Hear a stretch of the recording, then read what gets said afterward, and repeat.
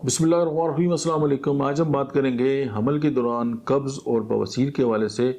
خواتین جو ہے وہ بہت زیادہ اس کے شکار رہتی ہیں، اور اکثر یہ ہے کہ حمل کے دوران یا حمل کے بعد جو ہے وہ وضع حمل کے بعد جو ہے وہ قبض اور بواسیر جو ہے وہ ان کو ہو جاتی ہے، اور ان کی جو کہ ڈائٹ ڈسٹرب ہوتی ہے، باقی معاملات۔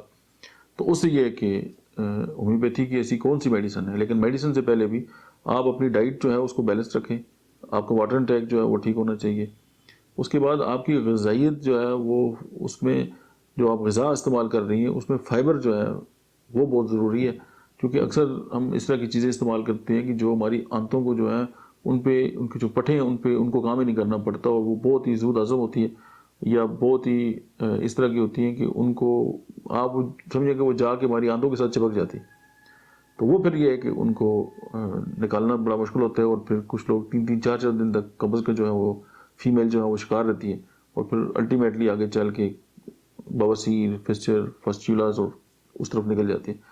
ہومیوپیتھک میڈیسن جو ہے وہ ایسکولیسیپ، یہ کمال کا اس میں ایک بات ہے کہ اگر بواسیر کے ساتھ کمر میں بھی درد ہو تو ایسکولیسیپ شاندار نتیجے دیتی ہے۔